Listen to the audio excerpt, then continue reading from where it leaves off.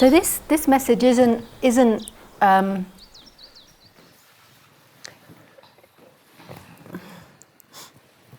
not something that's necessarily easy to digest, because it's basically putting your unhappiness back on you. Now, who is that you? That's a point that we can discuss in a minute. But it's saying that the reason you're unhappy, the reason that you're suffering, is not because of the world. It's not because of what's happening. It's because you see the world incorrectly. If you said that to a lot of people, they wouldn't like that.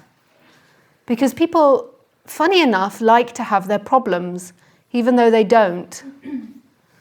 Because you can find relief in moaning about your problem, in people giving you sympathy, in attempting to fix your problem. But it's actually, it won't bring you freedom.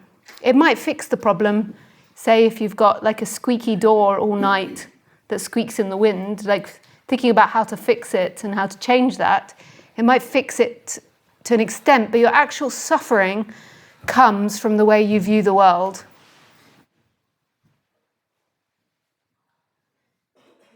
Now, just saying that can create murderous energy in people. Just saying that in public, saying that to people, can create rage. Like I sit here, knowing, having worked with people for 8 years now, knowing what saying that does to people.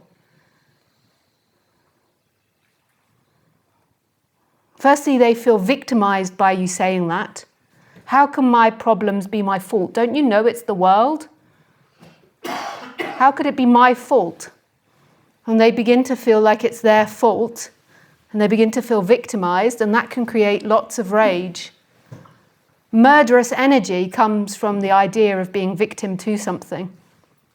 Hate comes from the idea of victimhood. You're victim to life. This is not going to be an easy talk if you don't like this beginning.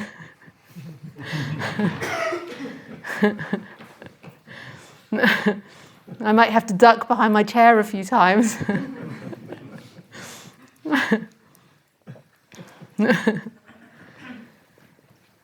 It's actually very compassionate, what I'm saying, because there is a home here that's beyond what you think, beyond your ideas, beyond what you know, beyond fixing the world, beyond fixing others. There is a home that's inherent in everything that exists. And that home is unconditioned. That home isn't conditioned on somebody behaving a certain way or something being a certain way. It's here, it's free. It's that which is experiencing this.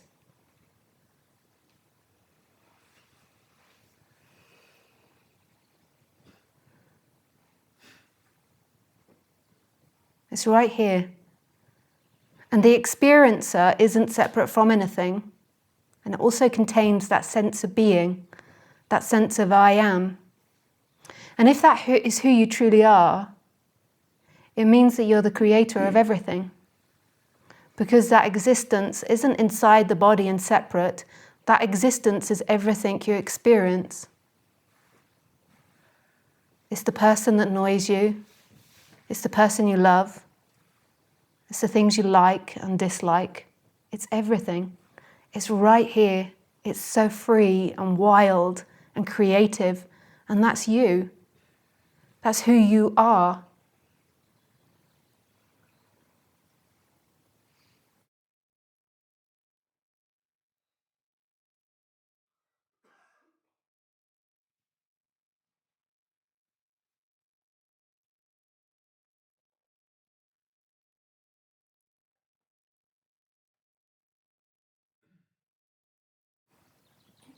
The suffering in your life comes from the identification with the person, and then through that identification with being a person in time, certain thoughts are produced.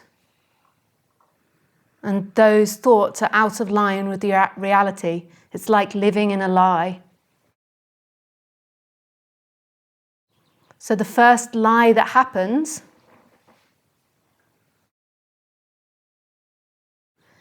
is that you exist as somebody in time.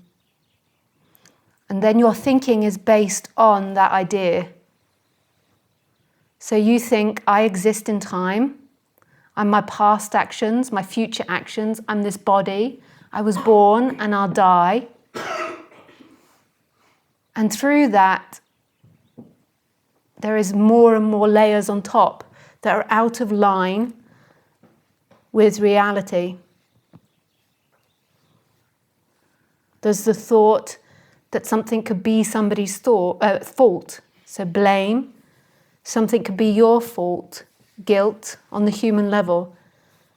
The idea that life is bad, the idea that life is against you, the idea that life is giving you what you don't need or what is bad for you, the idea that life could be different, that others could be different, that you could be more happy if you obtained more objects, that you could be more happy if you didn't argue with people or if you lived in this peaceful society, that you could be more happy if you had children or more money or bigger family, if you had more creative talents, if you could work harder. None of that will give you what you're looking for. It will give you maybe slightly more pleasure or slightly more pain, but it won't give you what you want. What you want is love. That's all you want is love. If you really ask yourself over everything, what would you choose? And more than likely the answer would be love. And the love is only found here. True love is only found in what's happening. It's right here. It's not conditioned. It's not dependent on an object.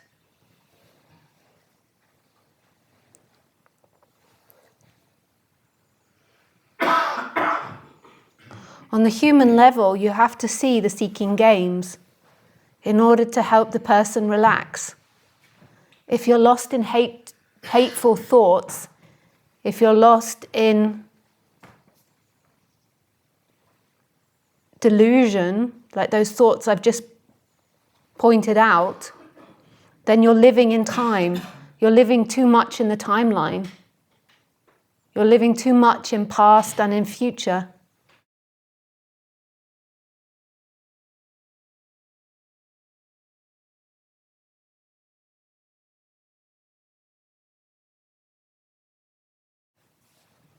So you have to see that when you hate your neighbor, it's your own projection. It's hate of yourself. You're hating yourself. There is nobody outside of you. Who you are is the experiencer, not the character. And that person you hate appears in your experience. That situation you hate appears in your experience. The imagination that they are somebody other than you is a delusional thought. It's a practical thought to call people names and say other, but it's not a reality. It's a delusional thought if you take it as reality that's very, very far from what's actually happening and will cause a lot of mental and physical struggle. They are you. They appear in you, and you are the experiencer. So right now, you think you see me, Lisa. You think you see Lisa and you think you can name her and you think that's who she is. But you can never see me. You can see your projection of me.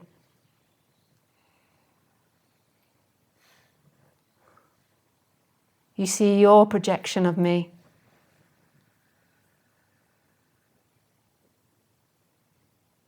I'm not guilty of your projection. Just like you're not guilty of anybody else's projection. So just think for a moment what it is that you're projecting onto me. Because everything that you project onto me is your thought and your feeling. And somebody else will have a different thought and feeling towards me. That's not who I am. Who I am is this. That's who you are as well. We could describe Lisa in certain characteristics, but who I truly am is this. Who I truly am doesn't die, doesn't suffer.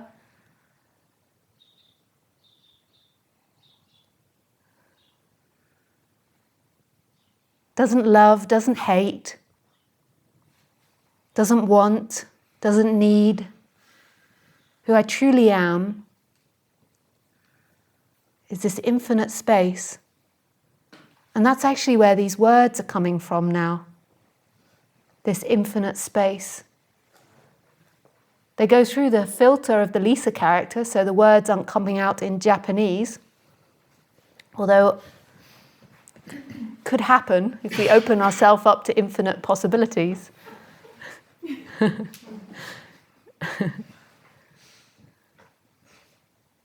But it's actually coming from the infinite space. Just like the hearing of my voice. The hearing of my voice is not being heard by the you that likes or doesn't like or wants or doesn't want. It's heard by that stillness, by that silence. So that which hears now is free. That which sees me is free.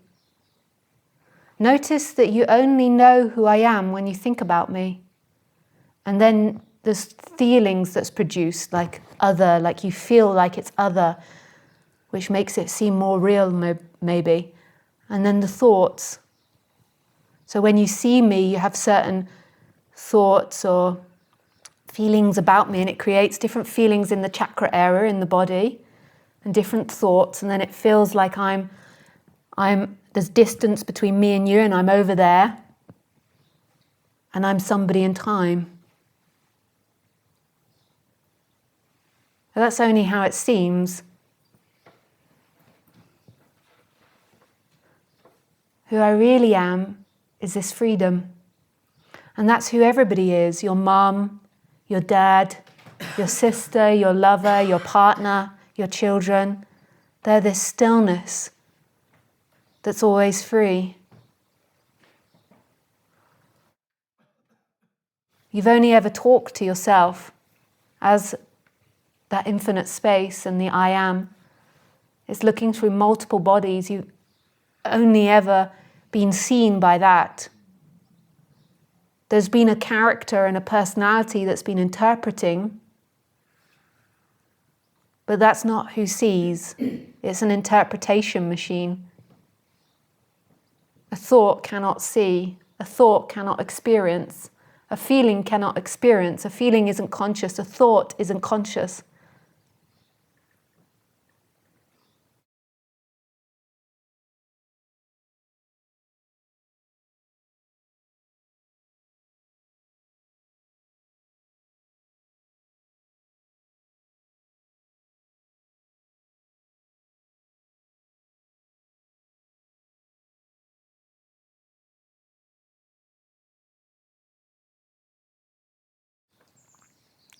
So that person you really love in the group is your own mind.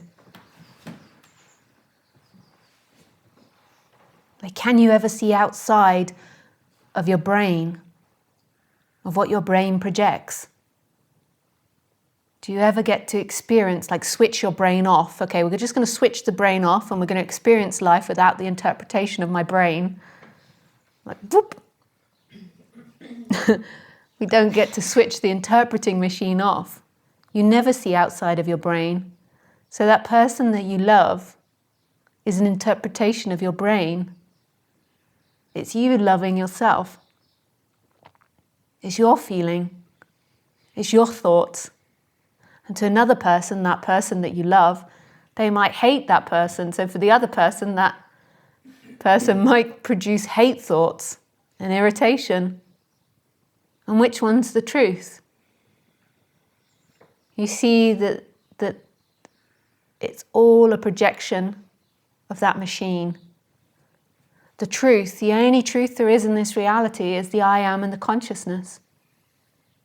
Everything else changes.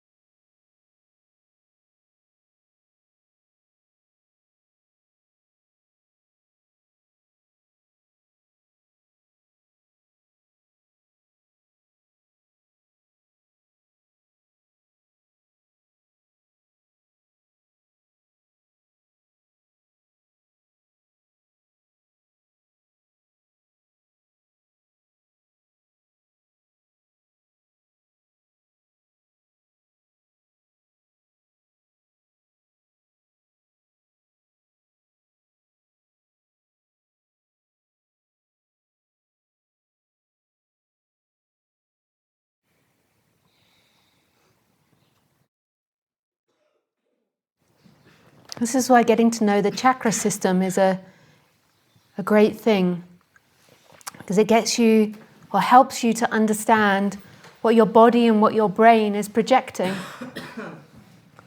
To identify a thought, to identify an emotion, you can easily go down to where your body is hurting.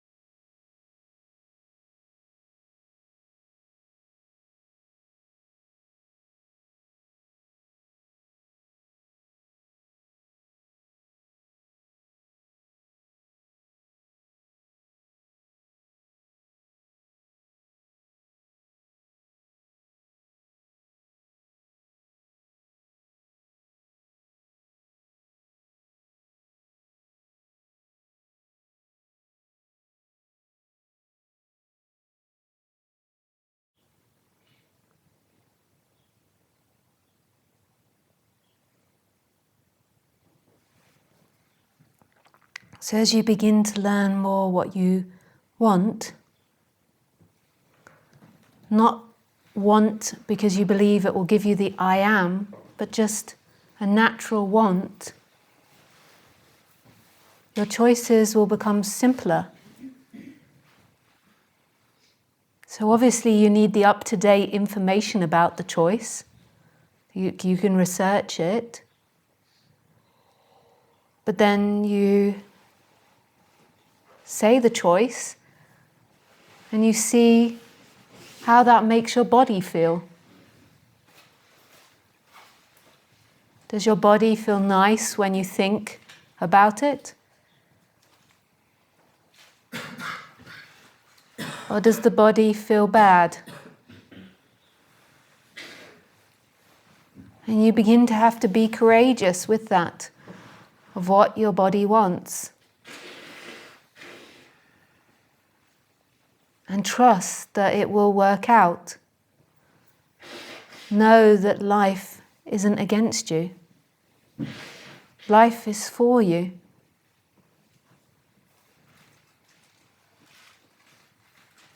And if you believe it's against you, then that's what you'll see and that's what you'll experience. If you believe it won't work out, then that's what you're going to experience, because that's what you'll see. If you believe it will work out, whatever you experience will be seen as something that's a gift to you, not something that's against you.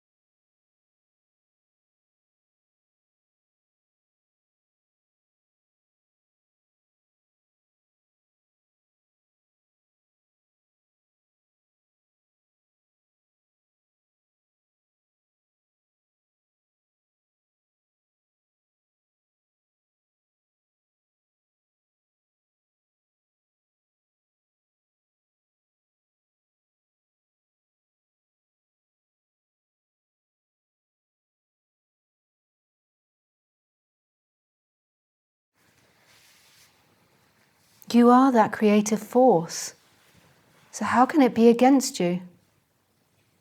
And that which is experiencing is the creator. It can only be against an image of a person that you have in time.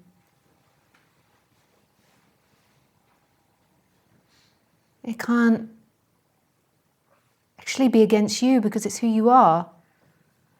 So notice that your brain is producing the image and your feelings are producing the image of someone that exists in time with a world that's against that someone.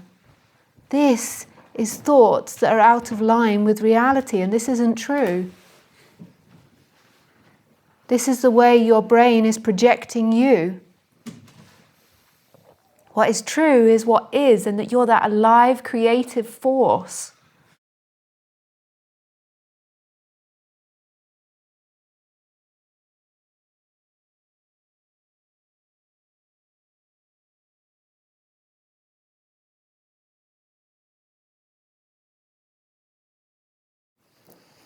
And on the human level, you're not really the doer. You are a creation, just like the room is created, just like the sky is created. And you're not choosing to create that person. But that person has an appearance of choice. So it can appear to move its attention. It can appear to listen to these talks and be reconditioned by these talks on the human level. It can appear to choose between going to the toilet and sitting still, but all of the actions come from the infinite. All of its actions come from a place of mystery that's not consciously choosing but innocently creating.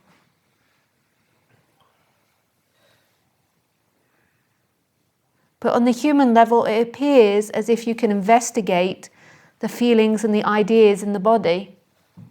You can investigate if that's true, but it's not you that's doing it. It's something that's happening. It's a gift that's happening.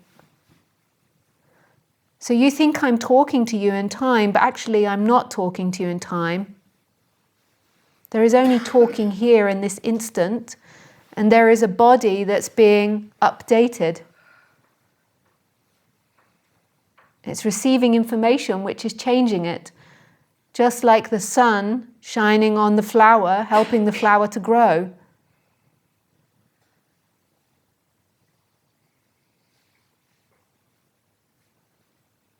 But that flower isn't saying, oh yes, sun,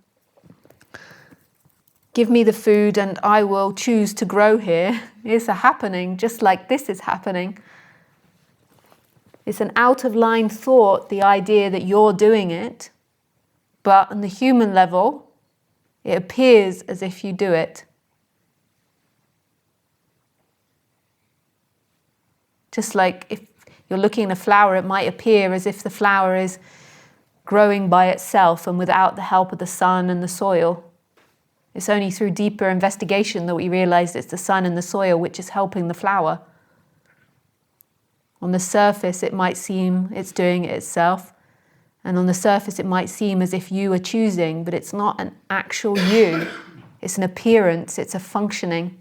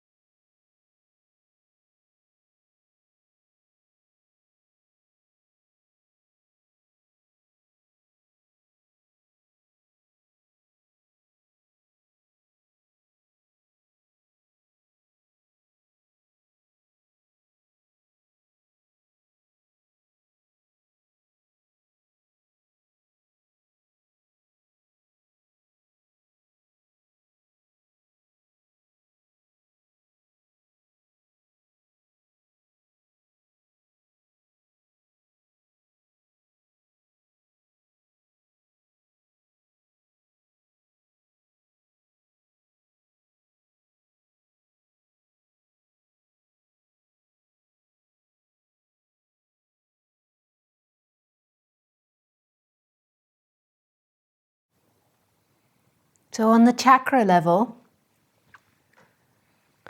if you're feeling intense emotion now and discomfort, try to just have an exploration of that. So say if you're feeling sadness, have a look to see if it's in the heart and it's actually a feeling of unworthiness, that you're not loved. Just acknowledge it if it is happening.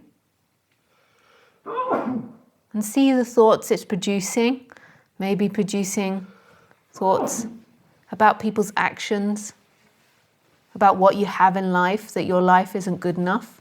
See that's not true. Your life is as perfect as anybody else's. You don't need money and things and situations to tell you that. You don't need anything. And your lives will have the arcs, just like everyone else, the ups, the downs, the roundabouts, the growth, the destruction, the growth, the destruction. And if you look at destruction in the right way, that from destruction comes growth, like Chauncey Gardner says. You get spring, you get summer, then you get autumn, you get fall, then you get winter, then you get spring, then you get summer. We are nature, we're just like that too. Your life can never fail, and your down bits are the turning of the soil, the falling of the leaves, which then will produce the spring and the summer. This is the correct attitude. But in the West, it's like you can only have growth. I mean, look at capitalism. Only infinite growth, which, I mean, could possibly happen, infinite growth, because we don't know, we could go out into space and there's an infinite universe, so but we infinite growth, but we obviously can't keep doing it on this planet. And that's all that's allowed, and that's what humans look at life as well. They're like, you can only grow, you can only grow, you can only, something fell. Why does life do this to me? Who does life think it is? And then it's up again, you're like, oh yes, yes, growth, growth, growth, happy, happy. Oh, something fell, it broke. And then something else appears.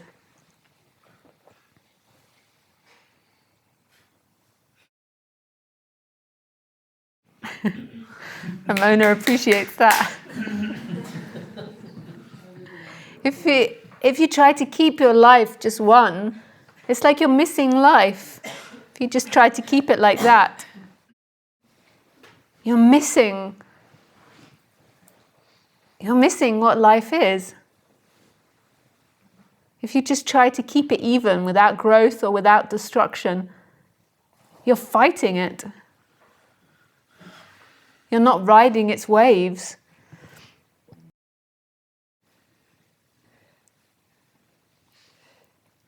Having emotions is very human. So also having emotions is a very human thing. And don't use what I'm saying to try not to have your emotion. Just have your emotion and just let it come and then it will go. So if you get angry at something, don't try to use what I'm saying to sort of imply that you shouldn't get angry or shouldn't get sad. You can recognize what's happening. So recognize that there's a thought or a feeling that's coming up, but just let it come. Like, don't use this as a suppression in any way. I'm talking more these repetitive thoughts, these repetitive closed thoughts that are actually stopping the emotion, that are more like somebody's fault, this is wrong, I don't like this. Like if somebody annoys you in the moment or makes you cry or makes you sad, this to me seems very human. The reason why I think it's important is because from my watching of animals, other mammals, they all seem to have very sharp emotions and they go quite quickly. They have their emotion, their emotional reaction, and children as well, and then they're over it quite quickly. So don't beat yourself up about emotions. Emotions are something that we have. And that's what we have. What I'm talking about is this repetitive thoughts that are projected, that you have a certainty are true. But that's hard to distinguish between because you can always break things down and you can see how an emotion has a thought to it as well. But it might actually just be an innocent feeling because animals don't seem to think and they have these sharp emotions.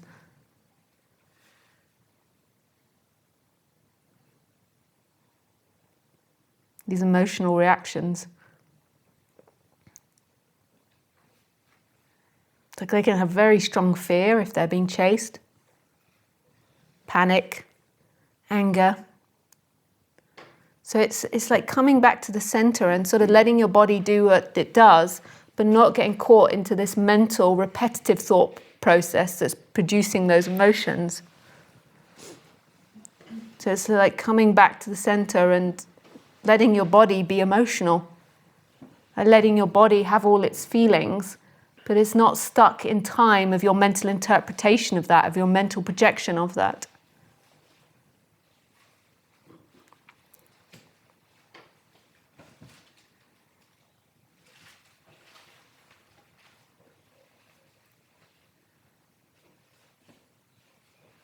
So right now, if you're finding that you're angry, that could just be an instantaneous emotion. Although there's not, it could just be an instantaneous emotion that comes up and there's anger that comes up. But if it's something that's stuck and there's repetitive thinking about it, this is to do with seeking. This is the seeking energy that's produced that. This is when you're trying to find freedom in time by not having that emotion. And when you're lost in a mental projection and a mental story, and it's taken over. But say in this moment, if you suddenly felt sad by something I said and started crying, and then you stop, this is just something the body's doing, it's a response. But if there is an absolute trappedness in that and repetitiveness, this is how you know it's seeking energy, that you're seeking to avoid something or seeking to get to something. Our emotions seem to be quite a spontaneous thing, like a firework that just happened, like poof, and then we move on to the next thing.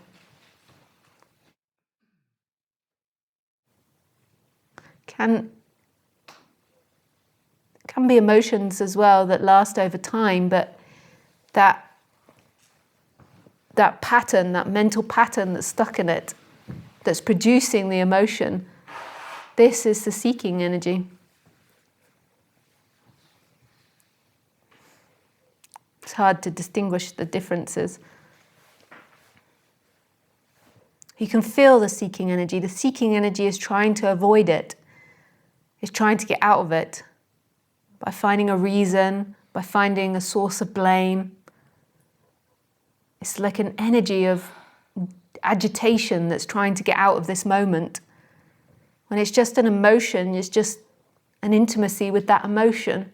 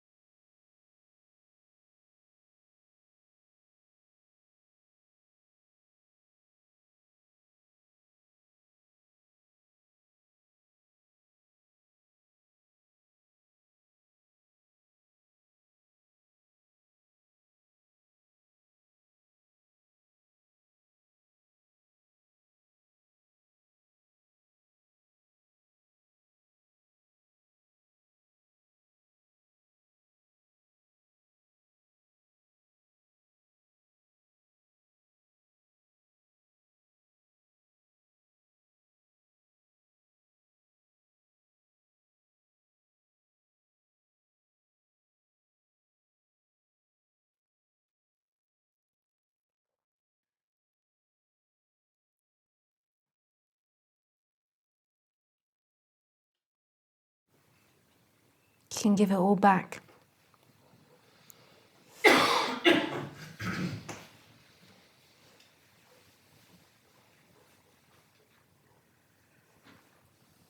You give it all back to who you truly are, which is presence right here, right now. This is who you are.